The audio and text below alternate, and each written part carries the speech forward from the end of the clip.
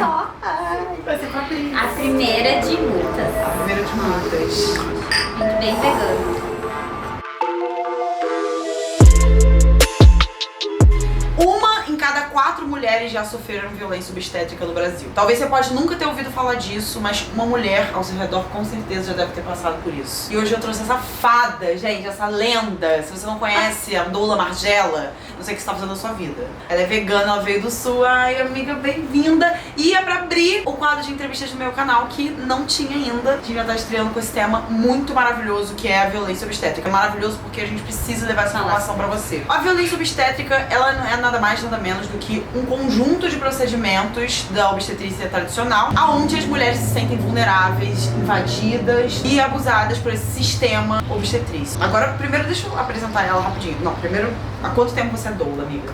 5 anos. Há 5 anos você denuncia esses problemas da obstetrícia tradicional. Sim. E quais são os tipos de violência obstétrica que existem? Existe a violência física, que é um conjunto de procedimentos feitos no corpo da mulher, muitas vezes sem necessidade de ser feito, sem consentimento dessa mulher. Por exemplo, ocitocina sintética, que é o sorinho, muitas vezes eles colocam na mulher quando ela chega no hospital para acelerar o trabalho de parto. Isso aumenta muito a sensação dolorosa da mulher, faz as contrações serem muito mais intensas. Esse é um dos exemplos. Outro exemplo é quando o nenê tá nascendo, aquele corte que fazem na vagina da mulher, o nome disso é episiotomia. Isso é uma violência obstétrica. Que não é necessário fazer. Isso, na verdade, causa muitos malefícios pra mulher depois, como dor pra ter relação sexual, problema até de incontinência urinária, às vezes fecal. Não tem que fazer. Muitas mulheres passam por isso ainda, fazem esse corte muitas vezes sem nem anestesia e sem avisar a mulher. E outro é o Cristeler, que é uma manobra que eles empurram aqui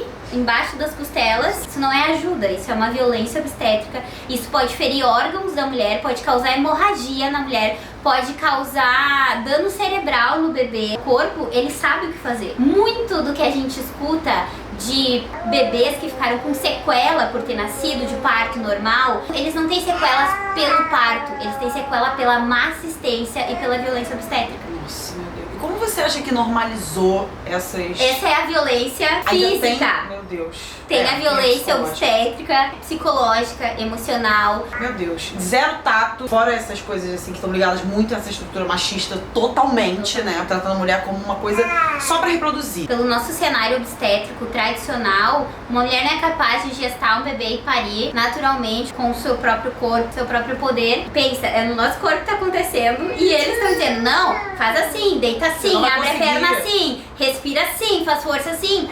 E onde é que tá a gente que tá sentindo o que é pra fazer? E é louco porque quando você acha que assim, isso foi normalizado. Isso aconteceu quando o parto saiu de dentro das nossas casas e foi pra dentro dos hospitais. Quem eram os médicos no século passado? Os homens, porque eram os homens que podiam estudar, né? Então assim, passou de um evento familiar e feminino pra ser um evento hospitalar e masculino. Então, isso é importante falar, cara. O parto, ele é um acontecimento sexual também. Isso também tem muito a ver com a cultura do estupro, né? E com a cultura de... a falta de autonomia que a gente tem sobre os nossos corpos. Totalmente. Você acha que hoje em dia, que é o momento da gente pensar que se talvez homens não devessem estar exercendo o que eles estão exercendo? Uma pergunta. Eu particularmente acho mesmo que não é o lugar do homem no cenário da assistência ao parto. Eu detesto esse tipo de setorização, né?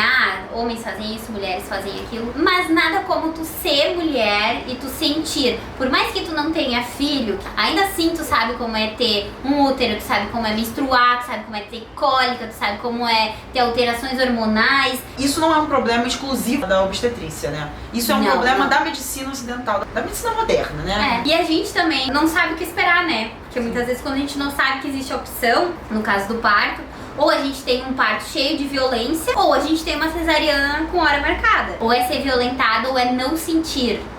Então, existe um jeito aí de sentir e de ser bom, porque eu acredito muito que as mulheres não têm medo de parir. Todas as mulheres que eu converso, eu sinto que elas não têm medo de parir, elas têm medo de sofrer violência, né? O que a Hannah tava falando, 1 em cada 4 mulheres sofreu violência obstétrica, só que essa pesquisa ela pode ir muito além, porque ela só colheu dados de mulheres que tiveram partos normais, partos vaginais.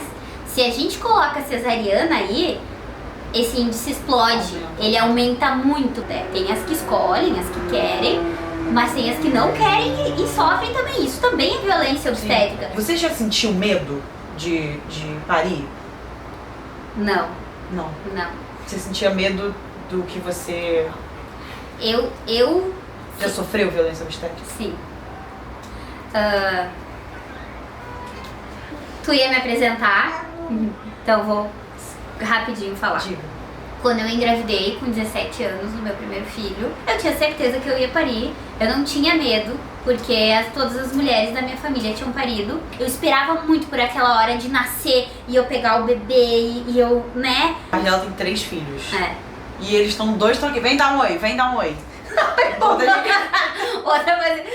O Hugo tava fazendo yoga. Olha ali. Esse é o Marcos Moisés. Dá um oi, Ali, ó. Moisés. E aí? E esse que tá no colo é o Gutinho. Que Ali, ainda é ó. a coisa mais fofa. E foi o seu primeiro filho de parir, né, amiga? O Gutinho. O Gutinho bebê. foi, meu terceiro filho. Quando eu entrei em trabalho de parto, demorou pra engrenar. Comecei a ter contração, a família ficou nervosa, fui pro hospital. E aí comecei a sofrer as violências obstétricas lá. Teve um médico que fez um exame de toque horroroso. Hoje eu sei que descolou membrana e disse não tá na hora ainda, volta pra casa. Aí eu passei a noite inteira em trabalho de parto. No outro dia de manhã eu fui pro hospital de novo. Fizeram a minha primeira cesariana. Separaram meu filho de mim. As pessoas não tiveram a empatia, a delicadeza pra me ouvir, porque isso é um luto. Sim, eu vou chorar o quanto eu quiser por esse parto que eu não vivi. E tu vai ficar me escutando. Tudo bem. Sabe? Tipo, não vai me silenciar. Se não for assim, você vai é risco pra você, risco pro seu bebê. A gente afastando cada vez mais. E depois também, você acha que também tem isso na pediatria? Totalmente, totalmente. A violência pediátrica, né, que a gente fala pouco ainda, porque também tem toda essa questão de afastar o bebê da mãe, de fazer vários procedimentos invasivos no corpinho do bebê. Inclusive, no Renascimento do Parto, nenhum deles, que é o documentário, Sim, né? muito bom. Vejam a sua mãe. Há alguns anos atrás, bastante tempo, eles inclusive faziam cirurgias em bebês sem anestesia, porque eles acreditavam que os bebês não sentiam dor. Ela é uma violência institucional, né? Sim, sim. Quando eu engravidei agora do terceiro filho, eu quis fugir desse lugar e aí resolvi ter ele em casa. Você não só pariu, como você é uma mulher importantíssima pra tudo isso, é por isso que você tá aqui. Eu vi todas as fotos, eu tô já aqui. Já viu o vídeo? Já, ó. Qual que você diria que é o objetivo do parto humanizado? Tem o Michel Audin, que é um obstetra francês, e aí a frase dele é a seguinte: para mudar o mundo, a gente primeiro precisa mudar a forma de nascer. Aqui pra frente, vamos conscientizar as próximas gerações. Sim. As próximas gerações. Vamos conscientizar as próximas gerações, graças a Deusa! Vamos Porque... levar isso pra frente, porque muita mulher não sabe. Então eu definiria bem isso, assim, eu tenho a audácia de acreditar que eu posso ajudar a tornar o mundo um lugar melhor para todos os seres. Agora a gente fala sobre o racismo obstétrico. Como que é essa violência obstétrica na periferia pra mulher preta? Eu tava há uns 2 anos atrás em um congresso de uma pesquisadora negra, óbvio, né? Porque o lugar de fala dela, e o que a pesquisa dela apontou que mulheres negras sofrem muito mais violência obstétrica. Elas recebem menos analgesia, elas também têm mais abandono no atendimento. Isso é absurdo, né? O que você pode falar agora sobre isso para que essas mulheres não se sentirem tão vulneráveis sabendo essas coisas quando forem ter um filho pelo SUS, mulheres negras, né? Óbvio. O que acontece com a violência obstétrica no sistema público de saúde? Ela é normalizada muitas vezes. A gente só tem que começar a espalhar para as outras mulheres, construir plano de parto. É um documento que tu leva e diz: olha, eu não quero que me cortem, Sim. eu não quero que empurrem a minha barriga, Sim. eu quero levar o meu acompanhante. Toda gestante tem direito a ter um acompanhante durante seu parto. Pode ser a mãe, pode ser o pai da criança, porque é importante pro homem ter esse vínculo também. Inclusive, o Ministério da Saúde tem o programa de paternidade que incentiva os homens a irem nas consultas pré-natais com as mulheres. Mas voltando para a lei do acompanhante, tem muitos hospitais até hoje que proíbem as mulheres de terem acompanhante. Mais uma coisa falando assim, Então, assim, o problema é todo dela, vai relaxar. Eles querem que o pai tenha uma função X e querem que a gente também tenha essa função de aguentar tudo sozinha. o que acontece muitas vezes quando eles proíbem o acompanhante? Ele também é uma testemunha da violência obstétrica. Se tu não tem uma testemunha, vai ser a palavra dela contra a palavra dos médicos. E aí uma mulher num estado vulnerável, ela mesma pode acreditar que de repente não foi do jeito que ela tava falando que foi. Por isso que muitas vezes, no meu estado principalmente, aqui eu acho que existe lei de doulas, no meu estado não existe ainda. Então a gente também não entra nos hospitais muito por causa disso. Mas alguém ali vendo o que tá acontecendo e podendo dizer depois, né? Eles não falam isso, mas a gente sabe que é isso. Eu tenho muito medo de ter filho. O pavor, eu acho, de você estar fazendo algo grandioso e não conseguir dar conta daquilo, que é o que faz a gente pensar, né? Num parto humanizado, muito mais provável que eu vá me sentir menos ansiosa do que pra fazer uma cesariana ou pra fazer um parto normal mesmo num hospital. Eu acho que a ansiedade é excesso de futuro. O que faz a gente ter menos medo do futuro? É o conhecimento, né? Então quando tu começa a te apropriar do processo, da natureza, da fisiologia, tu começa a pensar, acho que eu não Eu sei conta fazer disso. isso. Você vai fazer meu parto quando eu ficar... Não, tu vai fazer teu parto. Eu vou fazer meu parto? Sim, Ah, tu vai não. fazer teu parto. Ninguém faz o parto da mulher, é a mulher que faz o parto. A gente presta assistência, eu cuido de ti, mas quem faz o parto é tu. Fala muito sobre a nossa emancipação, né? A gente tá tentando reconstruir isso também. Então isso é uma questão também feminista. Nosso retorno da nossa ancestralidade. E agora a gente tá falando, vamos recuperar, né? Agora eu vou fazer umas perguntas pra você da internet. Vocês fizeram umas perguntinhas lá no Twitter. Tá, a Jéssica Andrade perguntou: tomar remédio pra induzir parto, que tá demorando muito, é considerado violência obstétrica? Se a mulher não foi informada, se ela não deu consentimento, sim. A indução de parto, ela pode muitas vezes ser benéfica e outras vezes pode ser sem necessidade nenhuma. Era o obstetra ou era a pessoa que estava atendendo que estava sem paciência, ou existia um risco real por essa indução? É uma situação que a gente tá muito vulnerável. Aqui, a Sara de Souza perguntou: tô de 3 meses e tô morrendo de medo desde que me contaram que é muito comum cortarem o períneo para acelerar a dilatação. Quero saber sobre essa prática, quando é necessário e quando não é fazer o corte. A gente falou antes já, A gente né? já tinha falado. O nome do corte é episiotomia. Não é pra acelerar a dilatação que eles fazem o corte. Porque o que dilata não é o períneo, nem a vagina, é o colo do útero. O períneo é elástico. Nunca, em hipótese nenhuma, precisa cortar. O que ajuda a evitar laceração, que é rasgar. Porque se precisar, o próprio corpo, o períneo vai rasgar. Parir verticalizada, parir de 4, parir tudo menos deitada com as pernas penduradas assim. É o mais usado e é o que causa realmente lacerações graves. Episiotomia é violência obstétrica. Eu considero uma mutilação genital. A Marcela perguntou: quando os batimentos do bebê caem, é necessário cesariana? Eu tava com 8 centímetros demorando a evoluir e quando a médica veio disse que os batimentos da minha bebê estavam abaixando e precisava ser cesárea. Porém, eu já tava lá há mais de 15 horas. Tenho minhas dúvidas se for necessário mesmo.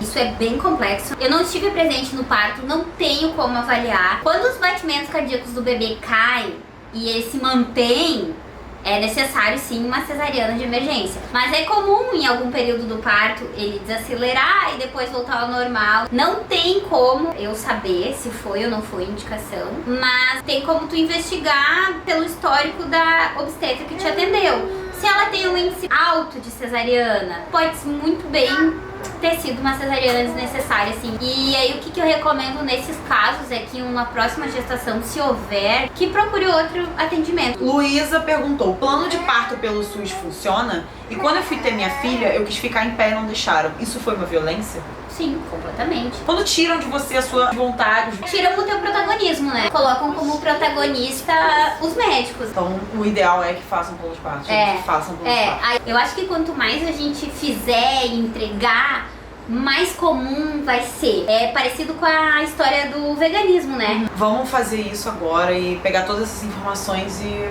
espalhar pra todas as mulheres que a gente conhece, pra que isso seja maior ainda. Amiga, a gente falou muito, foi sensacional. Tem muito mais coisa pra ser dita, tem muitos outros problemas que a gente não consegue ver também, mas isso vocês podem encontrar no seu Instagram e na sua vida. Gente, sigam a Margiela. Tudo que eu sei sobre isso eu aprendi com ela. A Margiela é uma dessas agentes pela liberdade feminina. Muito obrigada por você existir, sério. Esse vídeo obrigada, tinha que existir, porque você faz muita coisa pra muita mulher e agora a gente tá abrindo isso aqui pra você aumentar a sua voz, pra todo mundo saber todos os problemas e vamos juntas, né, mana? Vamos juntas. Vamos juntas. Muito obrigada por ter vindo. Gutinho, coisa mais fofa do mundo. Gente, esse bebê, eu não tô conseguindo com ele, eu não tenho maturidade. Quando eu tive minha filha, eu falei, Margela, como você faz assim? Como você aguenta não esmagar ele todos os dias? Não aguento. Uma das coisas que eu tenho muito orgulho e me sinto muito feliz é de ver mulheres de várias áreas, independente da formação, entendendo a importância da gente falar sobre parto de maneira respeitosa, independente se querem ou não querem ter filhos, porque a maternidade, ela é bem solitária muitas vezes. Nós somos mulheres e vivemos em comunidade e a gente poder ajudar outra mulher é muito, porque se outra mulher de informação. Exatamente.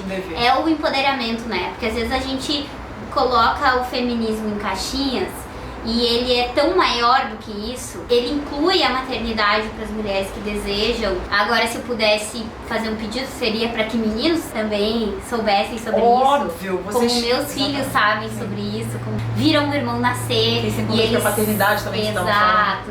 E eles sabem o que é uma placenta, eles viram a mãe parindo, eles viram a gente naturalizar o nascimento, a gente tornar a maternidade mais leve e mais inclusiva. Ai, gente. Ai, eu amei muito, sério. Muito obrigada por você estar aqui. Ai, gente. É isso, entendeu? Espero que vocês tenham gostado. Levem essas informações. Sigam a Margela no Instagram, já falei 15 vezes, porque é muito importante. Vem cá, Moisés. Senta aqui com a gente. Moisés também quer seguidor. Moisés também quer seguidor. Qual é o seu Instagram, Moisés? Moisés F0. Tá aí, ó. São filhos maravilhosos, família maravilhosa. Amo vocês. Muito obrigada por terem vindo aqui. E até o próximo vídeo, gente. Porque agora, depois de Doula Margela, abrir a temporada de entrevistas. Abrimos os trabalhos com essa entrevista maravilhosa. Muito Muito obrigada, amiga. Muito obrigada. Beijo, gente.